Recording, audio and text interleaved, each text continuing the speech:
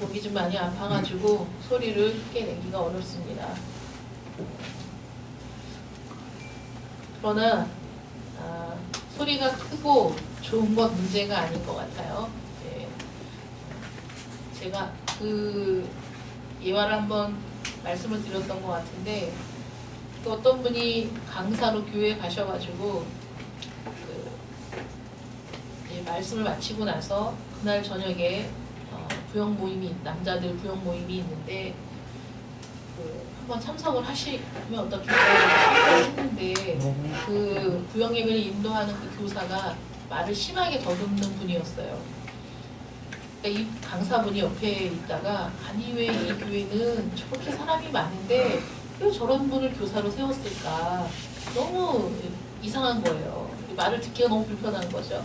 그러니까 이분이 차차차차차차 이렇게 찬송 몇 장 해야 되는데 그 찬송 소리가 안 나오고 차차차차차 이렇게 얘기하니까 사람들이 찬송을 딱 피더래요. 너무 신기한 거야. 찬송 몇 장이라고 하지도 않았는데 찬송을 딱 피니까. 그래서 사람들도 찬송을 열심히 불러. 그 다음에 그 얘기하는데도 자기가 무슨 말인지를 못 알아듣겠는 사람들이 그렇게 열심히 듣더라는 거예요.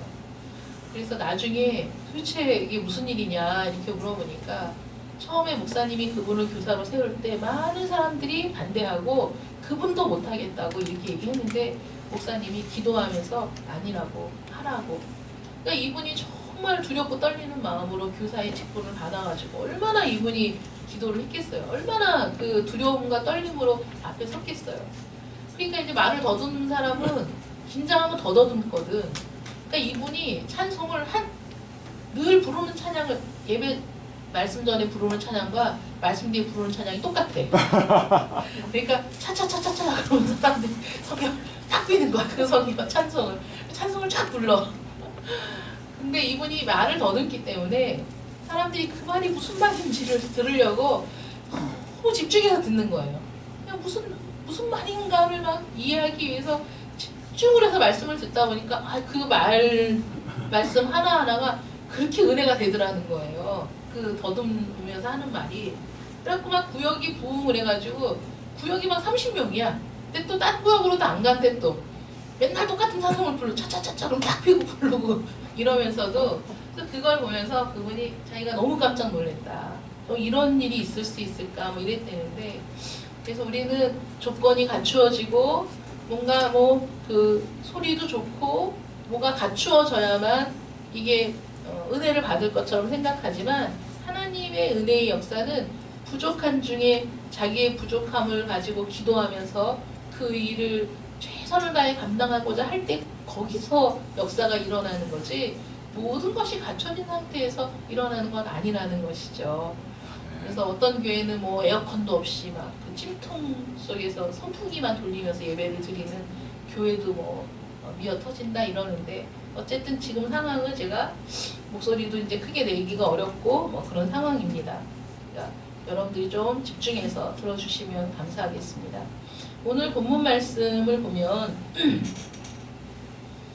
이제 사도들이 예수님의 이름으로 말씀을 전하는 일 때문에 지금 계속 태클이 들어오는 거죠. 이건 그냥 태클이 아니고 생명의 위협을 받는 그런 태클이 들어오고 있습니다. 첫 번째 사건은 성전 미문에서 안전뱅이를 고친 그 일 때문에 이제 일이 촉발되면서 백성들이 이 사도들을 따르는 걸 보고 시기가 가득한 이 종교 지도자들, 당국자들이 이제 사도들을 억압하기 시작하는 거죠. 다시는 그 이름으로 말씀을 전하지도 말고 가르치지도 말라 이러면서 이제 내보냈는데, 지금 그 사람들을 가두었을 때 천사들이 그 옥문을 열고 끄집어내가지고 또 성전에서 가르치는 그 상황이 된 겁니다. 그러니까 이 사람들이 너무나 화가 나가지고 이들을 불러서 다시 한번, 야, 우리가 가르치지 말라고 그렇게 얘기를 했는데 또 너희 가르침을 이 예루살렘에 가득하게 하니 이 사람의 피를 우리에게로 돌리고자 함이로다. 그러니까 이들이 위협을 느낀 거죠. 백성들이 이렇게 이 사람들의 말을 따르면, 그래서 예수의 일을 모든 사람들이 예수에 대해서 듣게 되고 마음이 그쪽으로 기울게 되면, 우리가 선동해서 예수를 십자가에 못 박게 했는데 이거 이러다가 우리에게로 또 돌이 날라오는 거 아닌가 이런 생각을 했는데 여러분 참 비겁하기 그지없는 게 이들은 그 빌라도에게 가서 그 피를 우리와 우리 자손에게 돌리라고 큰 소리 쳤던 사람들이에요. 우리가 다 책임지겠다. 그 피를 우리와 우리 자손에게 다 돌려라. 이렇게 큰 소리를 친 사람들이 불과 몇 주가 안 돼가지고 야 니네가 그 피를 우리에게 돌리려고 그러는 거야? 막 이러면서 얘기하니까 얼마나 비겁합니까? 그럼 사실 세상은 참 비겁한 거예요. 끝까지 책임지지도 않고 또 여차직하면 책임을 덮어씌우는 게 이 세상 아닙니까? 이 세상 사람들. 그러니까 이런 상황에서 베드로와 사도들이 대답하는 것이 사람보다 하나님께 순종하는 것이 마땅하다라는 말은 이들이 그들을 비난하고자 하는 말이 아니라 어떤 상황에서든지 우리가 사람에 의해 좌우되는 사람들이 아니다. 우리는 하나님의 명령에 의해서 하나님이 하라고 하시는 것에 순종해서 하는 것일 뿐이지 우리의 이런 행위가 너희를 대적하기 위한 것도 아니고 너희들의 잘못을 만인에게 까발리려고 하는 것도 아니고 목적이 다르다 이거죠. 목적이. 우리가 이렇게 예수의 이름으로 전하는 이유는 하나님의 명령이기 때문이고 이것이 또 이 백성들에게 정말 필요한 일이기 때문인 거예요. 그래서 오늘 말씀이 복음의 내용이잖아요. 이 사도들이 전한 내용이 뭐냐. 사도들이 전한 이 복음의 구체적인 내용이 뭔가를 우리가 한번 살펴보려고 하는 겁니다. 베드로와 요한은 예수님 그리고 그 몸의 부활 그리고 다시 오실 그 예수님에 대해서만 얘기를 했어요. 다른 건 얘기하지 않았습니다. 예수에 관해서만 너희가 나무에 달아 죽인 예수를 우리 조상의 하나님이 살리시고 지금 이 신문을 받는 자리에서도 이들은 예수님에 관한 얘기를 하고 있는 거예요. 그 주제는 오직 예수 그리스도였어요. 이들의 그 가르치는 내용의 주제는 예수 그리스도. 그래서 사도들의 설교 그 메시지는 주 예수 그리스도만이 우리에게 주신 유일한 구원의 길이다. 그걸 전했던 것이죠. 그러나 세상은 히어로를 기대합니다. 영웅을 기대하죠. 여러분 왜 세상에 그렇게 수많은 히어로물이 있겠어요? 뭐 짐승으로 변하는 아니면 갑자기 막 슈퍼맨이 되고 어떤 능력이 생겨서 지구를 구하고 사람을 구하는 그 히어로에 대한 기대가 있기 때문에 히어로를 주인공으로 하는 영화들이 끊임없이 만들어지고 있고 사람들이 또 열광하고 이러는 거죠. 그 히어로에 대한 기대가 뭔지 아세요? 우리와 동일한 사람인데 어떤 놀라운 능력이 있어서 우리를 구원해줄 어떤 사람들을 기대하고 있다는 거죠. 그거는 우리가 사는 세상은 구원자가 필요하다라는 그 암묵적인 그 생각들의 집합이 히어로물로 탄생하는 거예요. 왜냐하면 우리가 해결할 수 없는 문제들, 우리가 직면하는 여러 가지 문제들, 우리의 힘으로는 안 되는데 누군가가 이 문제를 해결해 줬으면 하는 바람 때문에 히어로물이 이렇게 나오는 겁니다. 그래서 뭐 건물이 무너질 때 건물을 받쳐서 뭐 구해주는 사람, 우리의 힘으로 역부족인 그런 여러 가지 사건들 속에서 자신들의 생명을 아끼지 않고 막 나타나가지고 구해주는 그런 영웅이 있기를 우리는 바라고 있다는 것이죠. 그래서 정치적으로도 영웅이 나타나기를 바라고 사회적으로도 영웅이 나타나기를 바랍니다. 이 세상은 자기의 지혜와 교육과 또 훈련과 지식을 발휘할 수 있는 구세주를 찾는 거예요. 영웅의 출현을 기대하고 있다는 것이죠. 그런데 여기에서 보면 예수를 우리 조상의 하나님이 살리시고 라는 건 십자가에 죽은 예수를 살리셨다는 의미도 있지만 또 다른 말로 보면 이 언어는 일으키시고 라는 뜻이 있어요. 일으키다. 여러분 일으키다. 그 난세의 영웅이 뭐 나라를 일으키다. 그러니까 그 어떤 소성케 하다, 부흥케 하다 이런 의미가 있는 거예요. 그런데 사람들은 난세의 영웅을 기대하지만 하나님은 그게 아니었어요. 예수 그리스도라는 정말 위대한 한 인물을 우리 이 세상에 보내신 거예요. 이 세상의 히어로들과 우리 주 예수 그리스도는 너무나 많이 다릅니다. 첫 번째는 하나님이 일으키셨다는 거예요. 우리는 그 하늘이 된다, 영웅을 이렇게 얘기하는데 정말 하나님이 일으키신 그 이 세상에 영원한 구세주, 영원한 구원자는 예수 그리스도 한 분밖에 없다라고 성경은 기록하고 있는 것이죠. 그럼에도 불구하고 유대 당국자들과 종교 지도자들이 예수님을 거부하는 것은 너무나 어이없는 일인 거예요. 왜냐하면 그들은 하나님을 믿는다고 하고 자기들은 아브라함의 그 후손임을 자랑스럽게 생각했는데 그 하나님이 일으키신 예수 그리스도를 거절한다는 게 이해할 수 없는 일이죠. 예수 그리스도는 하나님이 인간을 구원하고자 계획하신 모든 일을 이루신 분입니다. 유대인이요 아브라함의 자손임을 자랑으로 여겼던 이들이 생각해보세요. 유대인들은 어디서 났나요? 아브라함은 어디서 일어났나요? 하나님이 아브라함을 일으키신 거예요. 많은 사람들 중에 아브라함을 일으키셨어요. 이스라엘 민족을 세우기 위해. 이스라엘 민족을 누가 일으키셨나요? 하나님이 일으키셨죠. 하나님이 아브라함을 왜 일으키셨나? 왜 이스라엘을 일으키셨나? 왜 유대인들을 통해서 예수 그리스도가 이 땅에 오게 하셨나? 이 모든 일의 초점은 우리를 구원하시기 위한 계획이라는 것이죠. 인류를 구원하기 위한 계획. 아담과 하와가 유혹하는 자의 말을 들었기 때문에 이제 그 유혹하는 자의 종이 될 수밖에 없었어요. 거기에 구속돼 버린 거예요. 그 말을 듣고 타락했기 때문에 그 죄의 노예로 살아갈 수밖에 없는 상황이 됐을 때 하나님께서 그 즉시 여자의 후손이 장차 뱀의 머리를 상하게 할 것이라는. 여러분, 뱀은 사단의 상징이잖아요. 사단이 아담과 하와를 유혹했어요. 유혹해서 하나님을 떠나게 만들었는데 그 떠나게 만든 그 죄의 노예가 된 상태에서 이들을 구원하려면 그러면 해야 될 일이 뭐냐면 그 사단을 밟아서 망하게 해야 되는 거예요. 뭐라고 얘기해야 되냐. 만약에 우리가 누군가에게 잡혀갔으면 우리를 구해내려면 그 우리를 잡아간 사람을 일망타진해야 돼요. 때려잡아야 돼요. 그래야 정말 자유를 얻을 수 있는 거예요. 근데 아담과 하와가 범죄했을 때 하나님이 장차 한 여자의 한 후손이 뱀의 머리를 밟을 것이다.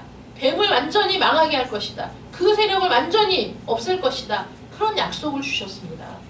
그리고 하나님은 오늘 그 묵도 시간에 제가 읽었던 말씀처럼 하나님의 열심히 그 일을 이루어 왔어요.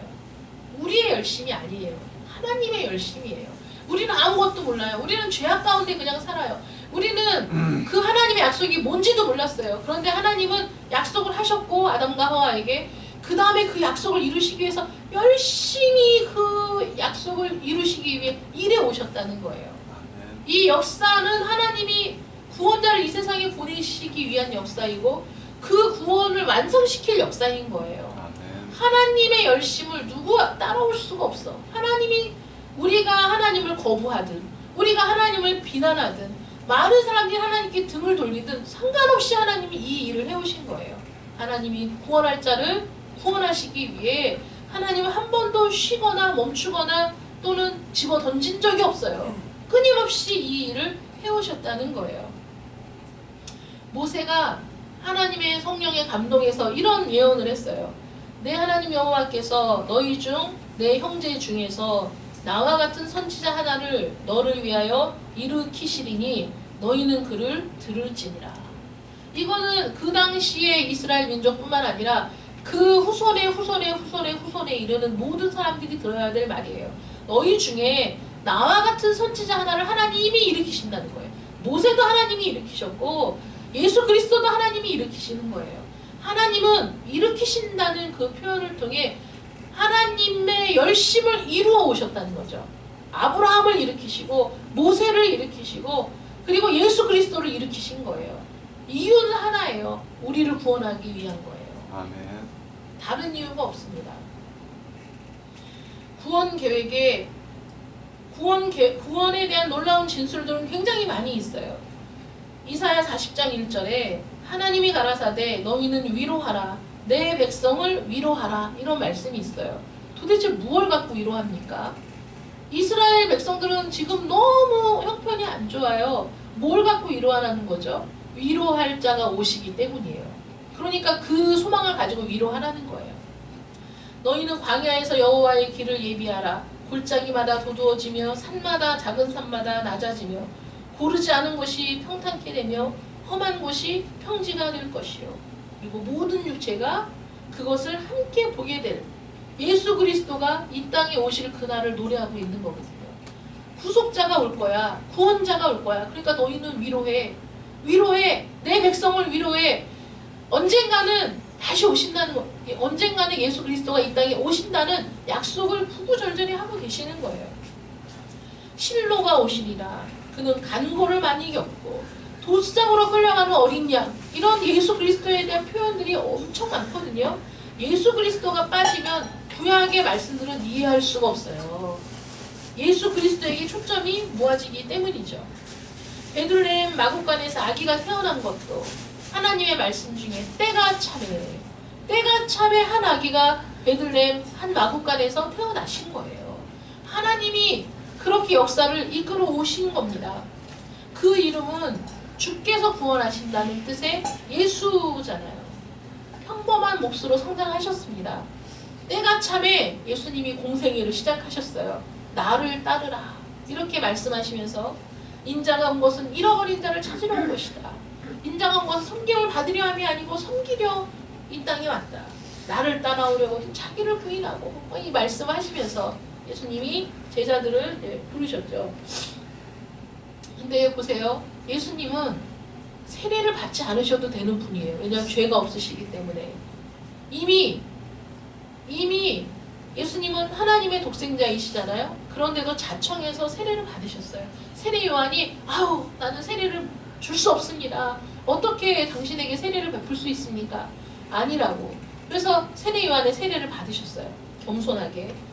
또 자신의 가르침과 삶을 통해 자신이 구주이심을 예수 그리스도이심을 많은 사람들에게 보여주셨어요. 다른 걸로 보여주신 게 아니라 그 삶을 통해 그 말씀이 성취되는 것을 통해 능력 있는 말씀을 통해 능력 있는 그 행함을 통해 당신이 하나님의 독생자이심을 많은 사람들에게 보여줬습니다. 그래서 사람들이 가는 데마다 따르게 된 거예요. 따라오라고 한 게 아닙니다. 옆에서 많은 사람들이 부추긴 것도 아닙니다. 많은 응원 무대가 있어서 가는 곳마다 구호를 외치며 많은 사람들에게 지지를 선동한 것도 아닙니다. 여러분. 그 어떤 정치적인 일도 하지 않으셨어요. 우리는 정치적인 것도 중요하고 경제적인 것도 중요하고 교육도 중요합니다. 그런데 정말 중요한 게 뭔지를 모른다는 게 문제인 거죠. 이스라엘의 당국자들이 가장 어리석었던 게 자신들에게 필요한 건 자기들의 기득권이 아니고 자기들의 정치적인 입장이 아니고 자기들을 지지하는 세력을 규합하는 것이 아니라 자기 자신의 구원이 가장 필요한 것이라는 걸 몰랐다는 것이죠. 이분이야말로 하나님이 세우신 구원 계획의 핵심인데 인류 구원을 위해 행동하시는 하나님이에요. 여러분. 하나님이 열심으로 이 일을 이루셨어요. 그 열심으로 이루신 일이 눈에 보인 게 예수 그리스도이시고 그 예수 그리스도께서 이 땅에서 하신 모든 일들은 인류 구원을 위해 행동하신 하나님을 볼 수 있었던 거예요. 그걸 통해서. 아, 하나님이 이렇게 하셨구나. 이런 열심으로 우리를 구원하기를 원하셨구나. 그걸 볼 수 있는 유일한 한 분 예수 그리스도였다는 것이죠. 그런데 이 세상의 비극이 그 유일한 구원자를 거부한 것이 이 세상의 비극이라는 겁니다. 자기 땅에 오매 자기 백성이 영접치 아니하였다는 것이죠. 그는 멸시를 받아서 사람에게 실어버린 바 되었어요.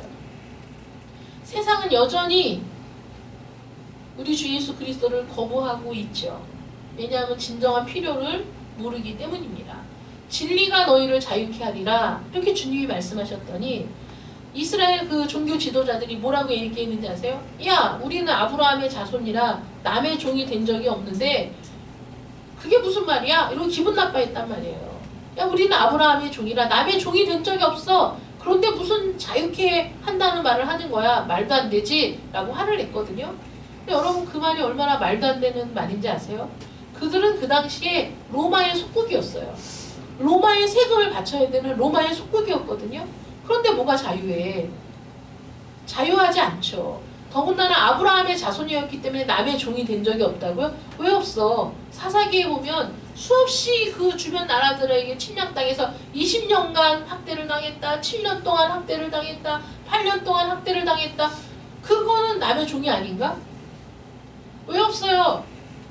이스라엘 남유다가 바벨론에 의해 멸망당하고 사람들이 다 끌려가서 바벨론에서 묶여가지고 살았는데 왜 종이 아니야?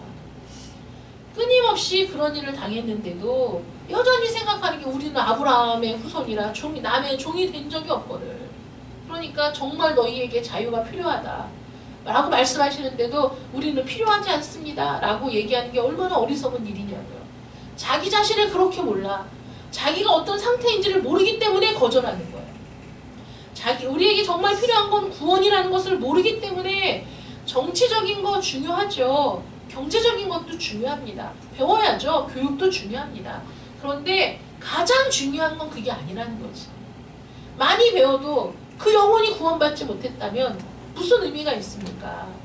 정치적으로 안정된 그 국가를 이룬다고 해도 그 사람들이 구원받지 못했다면 그게 무슨 의미가 있습니까? 정치와 경제와 교육과 문화가 중요하지 않다는 것이 아니라 그것들이 중요하지만 그것보다 더 중요한 게 있다는 것을 모르기 때문에 더 중요한 건 무시하고 이것만으로 우리가 행복을 얻을 수 있다. 이것만으로 우리가 잘 살 수 있다고 생각하는 것이 우리의 무지라는 거예요. 무지. 진정한 필요도 모르고 무지한 거죠. 세상에서 가장 큰 필요가 뭐냐? 하나님입니다. 하나님. 이 세상을 창조하신 하나님. 그래서 하나님을 떠나서는 완전히 행복할 수 없는 우리들. 그래서 우리에겐 하나님을 아는 지식이 필요하거든요. 그런데 하나님을 거부하면서 어떻게 우리가 행복을 추구할 수 있습니까?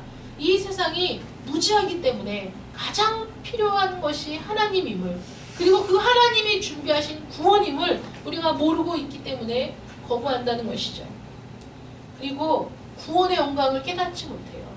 이 세상을 살면서 야, 교회 가면 밥이 나오냐? 떡이 나오냐? 라고 얘기하는 건 이 세상에서 내가 원하는 것들이 교회에 가면 나오니? 이런 의미거든요. 이 세상에서 내가 구하는 것들이 중요하지만 제일 중요한 게 아닌 걸 몰라서 그렇게 얘기하는 거예요. 구원의 영광이 얼마나 놀라운 것인지, 그 구주의 영광이 얼마나 놀라운 것인지를 깨닫지 못하기 때문입니다. 우리 주님은 온유하고 겸손하시다, 그렇게 성경이 기록하고 있어요. 자신을 낮추시고 권리와 요구사항을 내세우지 않았어요. 미국에 지난번에 한 목사님이 오셨을 때 같은 시기에 왔던, 미국에서 만났던 전도사님, 집사님이었는데 전도사님이 되셨어요. 근데 그분이 개척을 하고자 하는 그분을 따라서 나와서 개척을 했잖아요. 근데 성도가 얼마 없어. 그리고 미국 같은 경우에는 뜨내기 성도들이 많아요. 옮겨 다니는 성도들이 많대요. 그러니까 정착을 하기가 어려워. 근데 그런 교회인데 그 목사님이 요구사항이 많으신 거예요. 사택도 있어야 한다. 사례는 얼마를 줘야 한다. 뭐를 해줘야 된다. 그런 요구사항이 많아서 이분이 자기 사비를 털어서 그거를 다 했었던 거예요. 교회가 개척교회이기 때문에. 그런 얘기를 들었잖아요. 그런데 우리 김 목사님이 의정부에서 사역하다가 이제 오실 때 그 교회를 아무 저기도 안 받고 그냥 다 넘겨주고 오셨는데 새로 담임이 되신 분이 그렇게 요구사항이 많았대요. 사례는 얼마 이상 줘야 된다. 뭐를 해줘야 된다. 뭐를 해줘야 된다. 그래서 성도들이 막 너무 힘들어한다. 그런 얘기를 제가 들었거든요.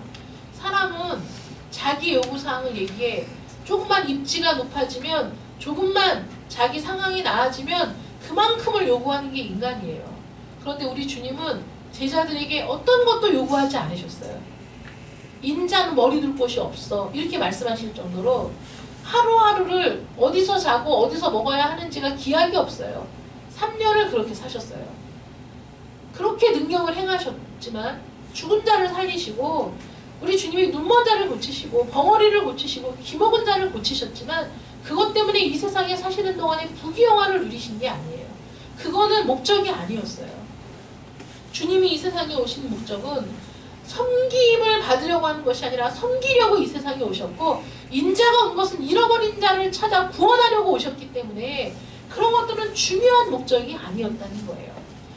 사도들이 전한 예수 그리스도는 그런 분이에요. 그런 분을 여러분들이 만나야 돼요. 자기의 권리를 주장하지 않으신 분, 요구사항을 내세우지 않으신 분, 세상을 구원하기 위해 오신 분, 이 세상을 구원하는데 이 세상의 수많은 영웅들은 희생자가 필요하지만 주님은 자기 자신을 희생해서 세상을 구원하기 위해 오신 겁니다.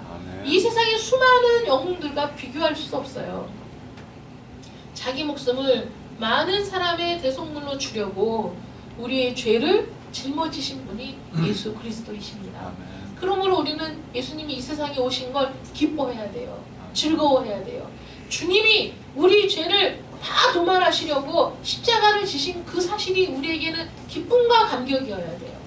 그래서 매번 주님이 오신 이 성탄을 기리는 대강절 기간 동안에 주님이 이 세상에 오신 목적, 주님이 이 세상에 오신 이유, 그리고 주님이 행하신 모든 일들을 묵상하면서 그 기쁨을 함께 우리가 누려야 됩니다. 정말 기쁜 거예요. 이 하나님께는 영광이고 땅에는 평화? 무슨 평화? 계속 전쟁은 끊임없이 일어났는데 주님이 오신 게 이 세상에 무슨 평화입니까? 평화입니다. 어떤 평화죠? 이 세상에 드디어 하나님과 우리 사이에 완전한 화해가 이루어지고 완전한 평화가 이루어졌어요. 그래서 하나님의 진노로부터 자유로워진 그런 평화를 우리가 누리게 된 겁니다. 이 땅에는 전쟁이 끊임없었어요. 주님 오신 이후에도. 이 세상은 그런 거예요. 그러나 이 세상이 하나님의 진노로 억눌려 있었던 그 수많은 시간들이 예수님이 이 세상에 오심으로 다 켜어지고 참된 평화를 누리는, 막힌 담이 헐어버려지고 하나님과 우리 사이에 바로 하나님을 향하여 갈 수 있는 길이 열려버린 것이죠.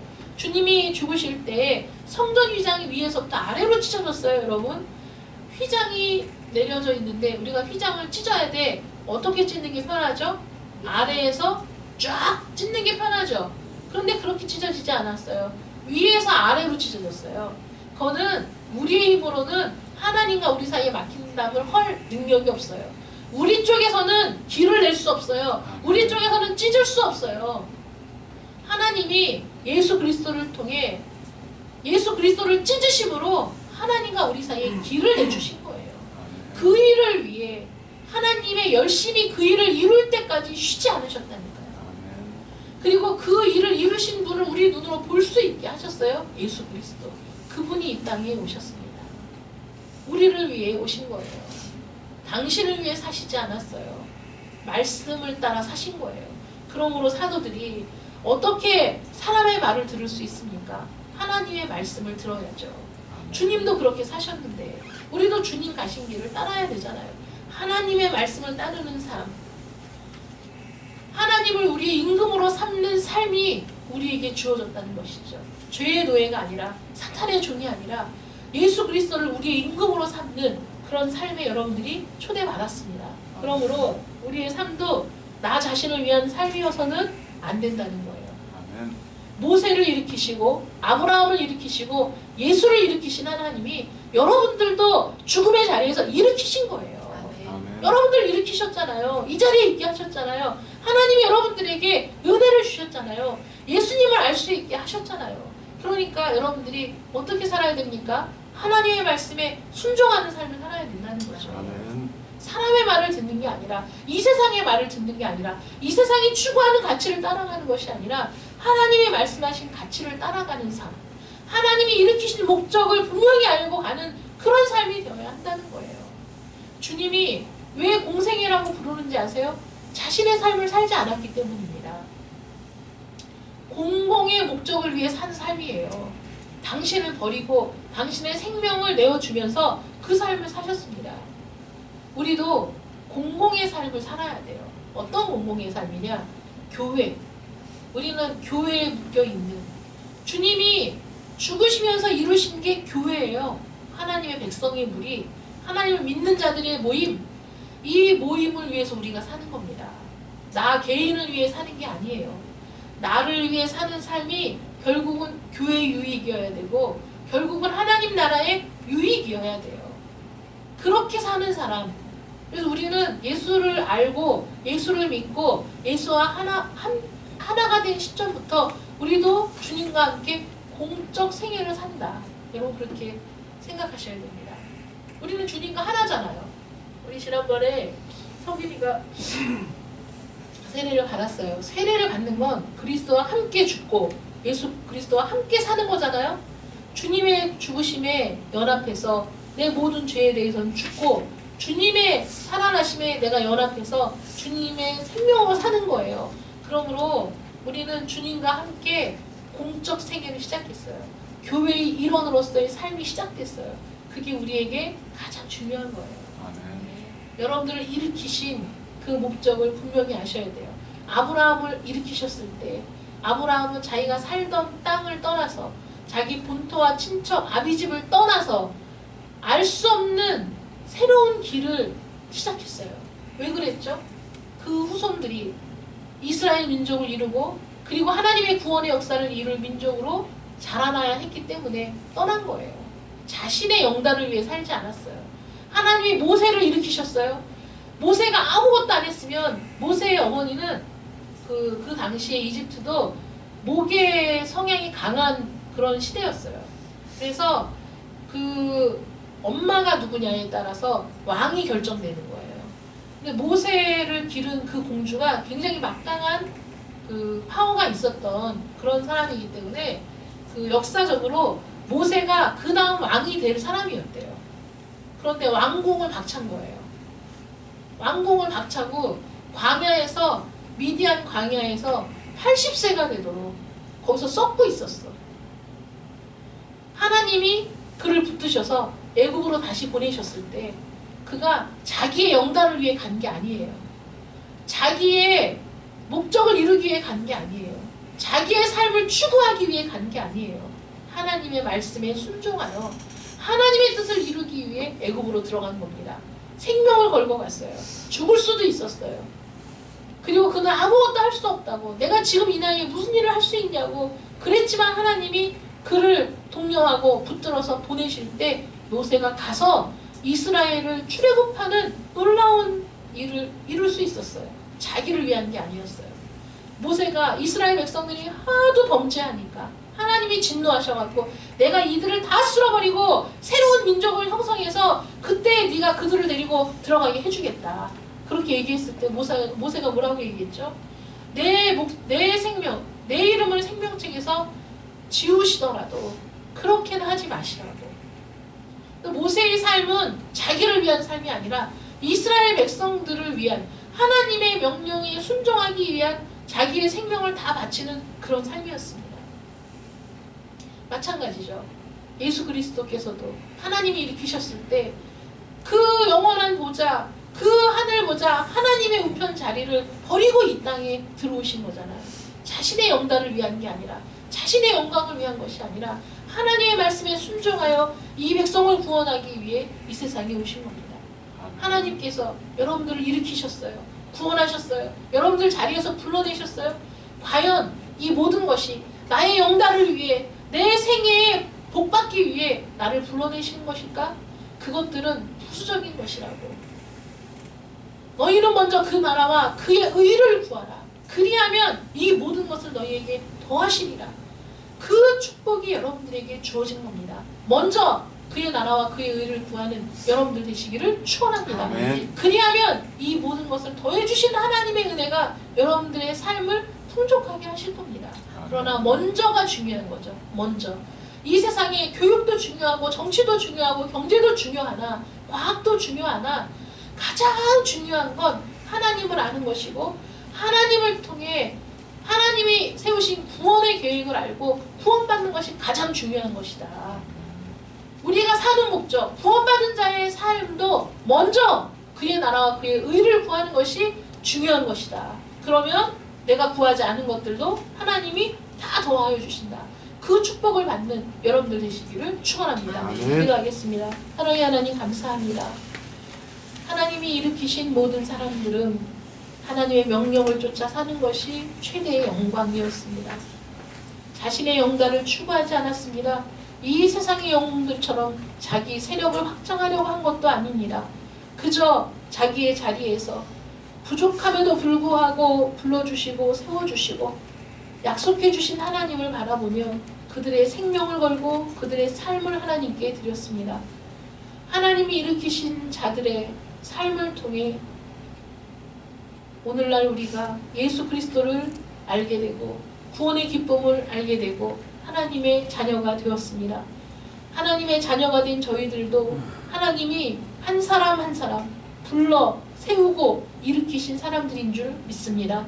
하나님께서 일으키신 우리들, 하나님께서 불러주신 저희들, 하나님 이 부르심에 합당한 삶을 살아갈 수 있도록 은혜를 더하여 주시옵소서. 아멘. 그 일으키심에 합당한 삶이 될 수 있도록 하나님 능력을 더하여 주시옵소서. 아멘. 그래서 먼저 그의 나라와 그의 의를 구하는 자들이 되게 하시고 그 외의 것들은 전부 더하여 주시는 하나님의 은총이 있음을 기억하며 하나님의 뜻에 순종하는 저희들이 되게 하여 주시옵소서. 아멘. 예수님의 이름으로 기도드립니다. 아멘. 아멘.